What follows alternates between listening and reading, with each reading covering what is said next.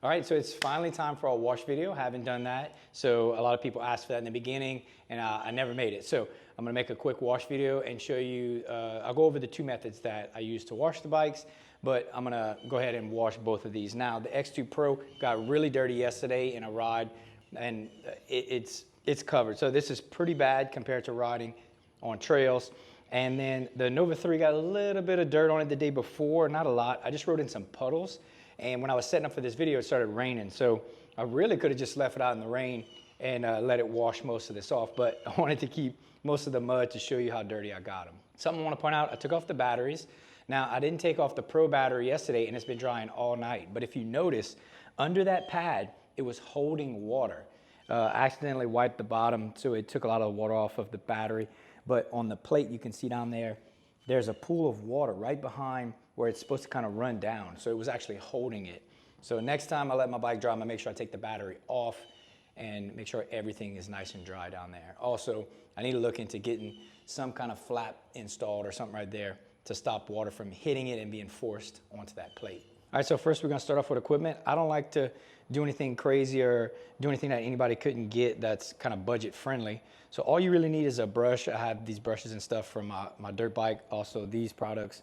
That was part of my dirt bike kit, so I've used that before. But to get a complete kit, something for washing e-bikes, I use the Muc-off kit. I'm not sponsored or anything, it's just I wanted something that had everything I needed to clean my bikes.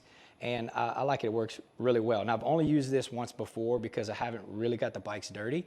I've always just used the waterless wash because it's simple. Now, I've seen people use pressure washers and all kinds of stuff. This is just the way I do it. There's probably other steps that I won't do that other people do, but this is how I wash my bikes and it's worked really well so far. Step one, water. This is the most dreaded part when you have an e-bike, is really just getting them wet.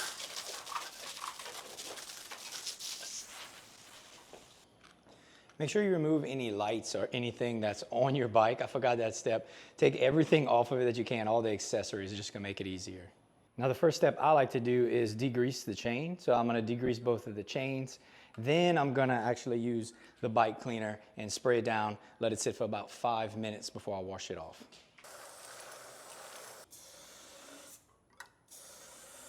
All the major debris is gone. Now we're gonna use the bike cleaner first, and I'm gonna coat them and spray them down really good, and then wait probably like 5 minutes or so for it to get any leftover grease and grime off the bike. After spraying the bikes, it probably took about 3 minutes, and now I'm gonna go ahead and scrub with my two brushes, my detail brush and my bigger brush, and really work in the places that had a lot of mud, like the fenders and under the seat and stuff. So I wanna make sure that it gets in there and cleans all that grime up. So I'm gonna go ahead and kind of rub each bike down, let it sit, make sure it's the 5 minute mark, and then wash it off. Once all the scrubbing's done and the 5 minute mark's passed, it's time to hose it down again. All the soap has been washed off. I'm gonna go ahead and towel dry it before I move on to the next step. So everything is nice and hand dried. It's ready for the bike protector.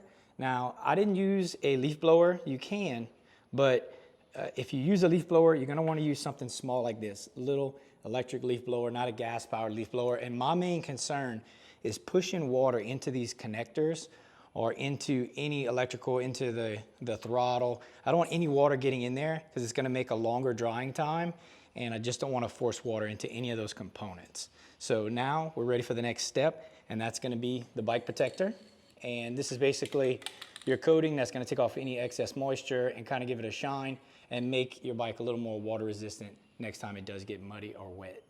So for this step, I do it section by section. I'll spray a little bit and let it sit for a second and then kind of wipe it off. And I use a microfiber cloth, and you wanna make sure there's no residue left. You see how there's residue right there? You kind of wanna wipe it all and get it completely off. Just read the instructions on the can. It's pretty straightforward.